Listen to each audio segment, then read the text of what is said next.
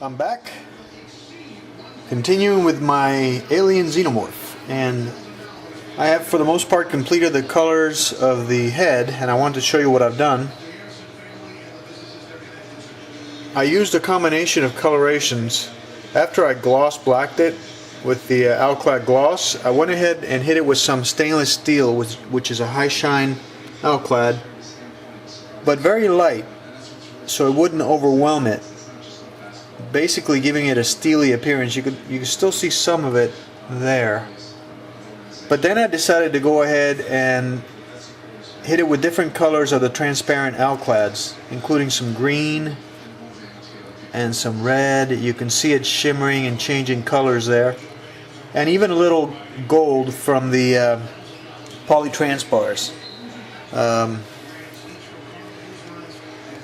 I left the dome unstuck, and I did the same thing on the top.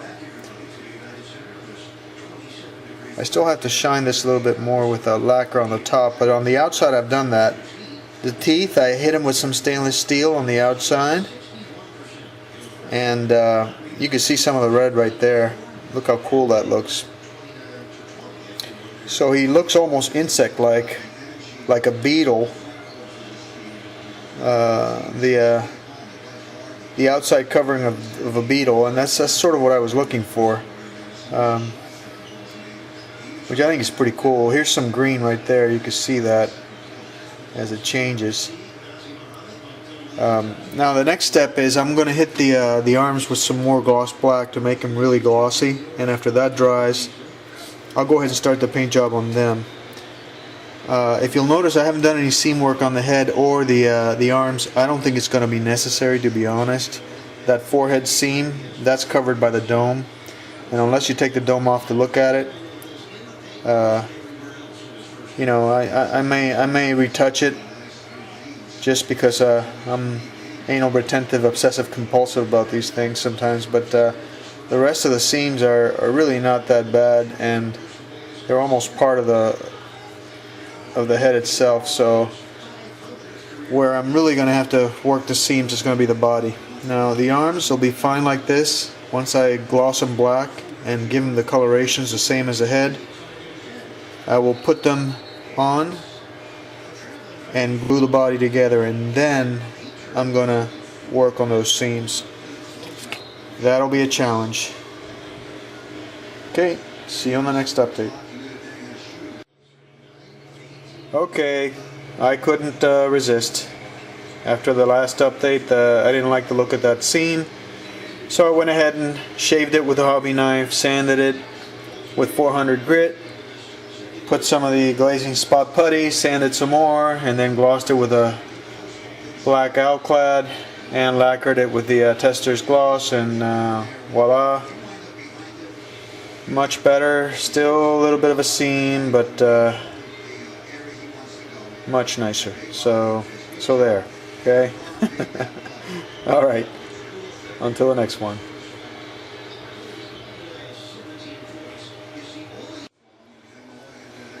Okay. Pardon me if you don't understand me very well. My mask is on. I just sprayed this with the Alclad stainless steel high shine.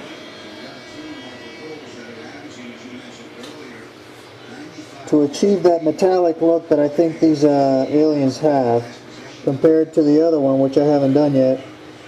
I didn't hit it with a very heavy coat of it. I just want a hint of metallics on it, and I think it looks great. This is what I did with the head.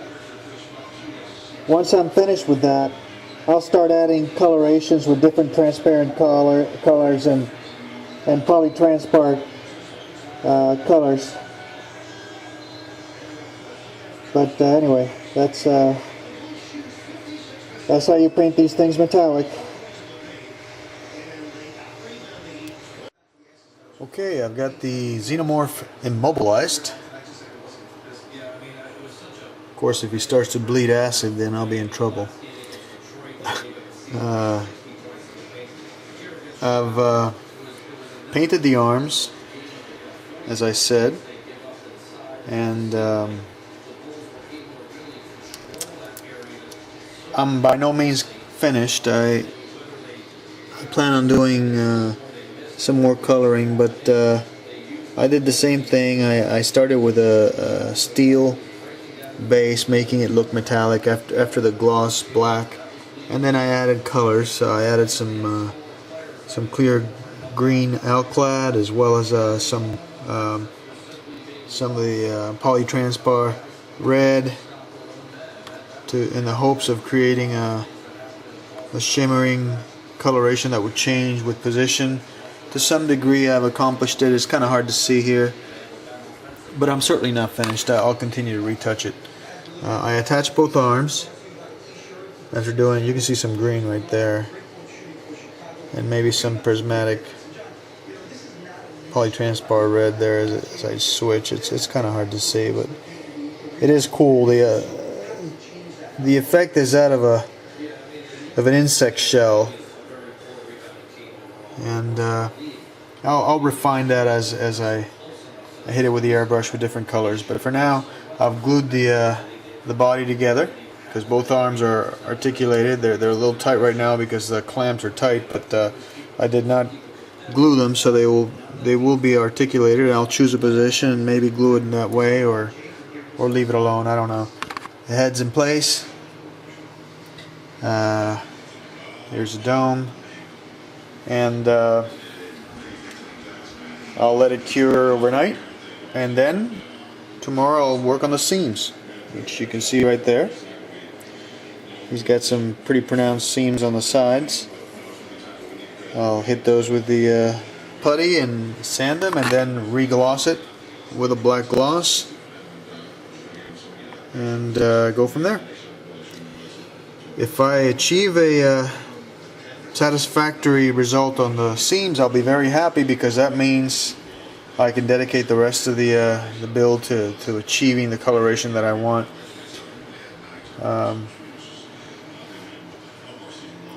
All in all, so far it's looking good. I have a resin base that I got from I believe it was called TV Man, which is pretty cool, that I'll stand them on. Unless I decide to put them in some kind of a diorama with the rest of the xenomorphs that I have. We'll see. Anyway, it's a neat little kit. It's been a quick build. Nice little break from Starships, and hopefully I can hit the colorations in a way that makes them look intimidating and alien-like. Okay, I'll talk to you soon. Hey guys, Armando here again. I'm back, and today it's been a putty and seam filling kind of day. Most of the afternoon was spent filling in seams on this guy and sanding with 400 grit, and now I finally applied the black gloss and the metallic stainless steel, and it is time to start applying the secondary colors, a little bit of blue and green and red, maybe some of the polytranspars to make it more bug-like, like I've been talking about. But I thought I'd show you some of the progress. He's dry now, so I can grab him. I always thought of the alien in the first movie as kind of metallic, and that's what I was looking for.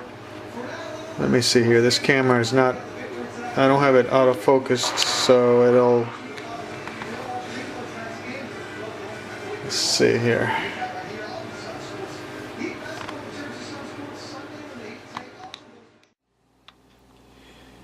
Alright guys, I'm back, and for all intents and purposes I have completed my xenomorph. I apologize for not getting back to you earlier with the focus problems I was having, but I resolved them, and I went ahead and just completed the painting.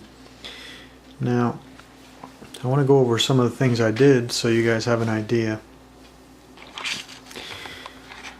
The final coloration is a combination of of course, Alclad Gloss Black as a base, followed by the stainless steel High Shine, and then a combination of different colors. I hit it with some transparent Alclads, including some yellow, which you might be able to see a little bit of on the ribs here, as well as some greenish. Let me see if I can show you that. Right about there. And even some red along the arms. It'll come up and show on different lighting angles. But the main impression is metallic, which is what I was looking for. I always interpreted him as being metallic. The ribs were also hit with a little bit of green. It looks a lot more noticeable there than it really is in person, but I think it looks pretty cool.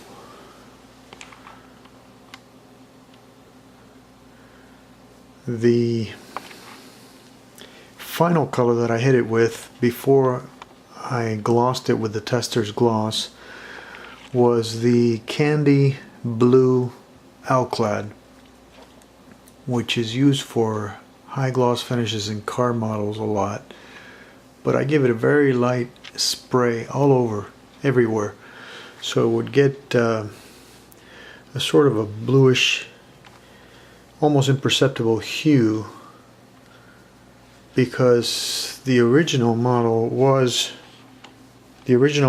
costume was done that way for the first movie. Now I went ahead and glossed the outside of the dome with the black gloss, and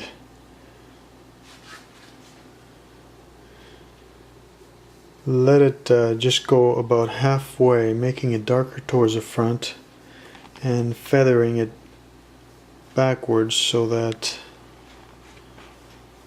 you see it's a little bit more transparent towards the back than it is towards the front. Again, the effect is almost bug-like. I also used that blue, I don't know if you guys can see it there, blue greenish coloration. I think it looks pretty cool. There's also some red right there. Very, very slight, but I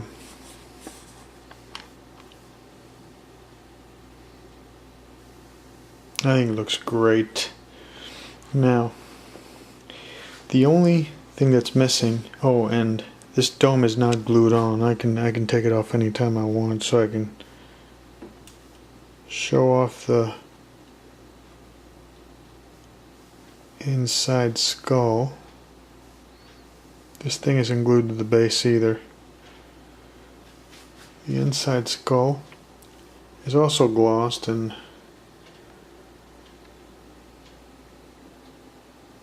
boy, I tell you, I have it here in my office, and it's the light from the yellow lamps and all is giving me a lot more sparkles and different colorations than my shop light did. So I'm really liking the way this thing is looking. Wow, look at some of those greens. Alright, so the only thing that's missing in the Xenomorph itself, let me just do this carefully here so he doesn't fall. The only thing that's missing is the slobber, the saliva slobber. I searched for a couple of different options. Boyd suggested silicone, which I think is a pretty good option. Chris Cortell over at Classic Plastic used hot glue, which I also think is a good option. I looked at some of the water simulation liquids that are used for war models. There's this website called Secret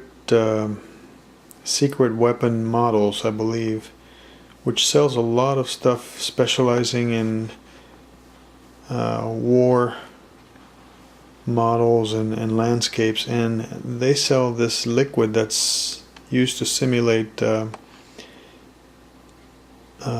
puddles and mud and all sorts of things, which I thought might be nice, but because what I was looking for was something that would look clear. The saliva on the xenomorph in all the movies has always been more liquidy and transparent than what the silicone or the hot glue will do, at least in my interpretation of it.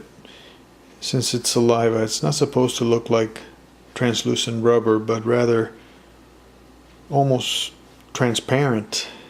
But I don't know that there's anything that will simulate that effectively, so I think I've settled on the hot glue as the most likely candidate, mainly because I like the way I can stretch it, and I like the way it looked on Chris Cortell's model. Nothing bad about the silicone. I think Boyd's model looks great also, but I don't know. It just seems like I could probably get it to do more. Now, as far as the base, this is a resin base. I wasn't sure whether I was going to use it or not.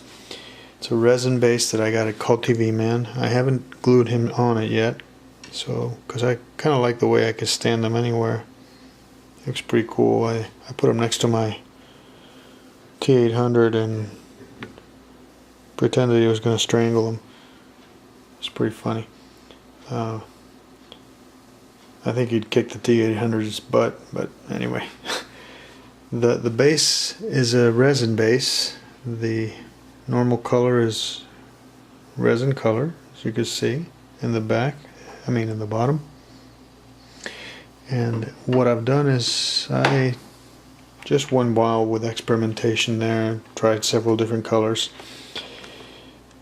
I tried to do a wash, experimenting with wash techniques using the oil, the MIG oils and the Secret Mission pigments, and dipping him in mineral oil and trying to get it to go over all these cracks. I thought it might look nice, but it didn't work. Actually, it worked better over here. I touched it here so it would go over those cracks, and it did highlight them initially. I found out that the washes work best if you just touch them on a crack and let it just run down with gravity.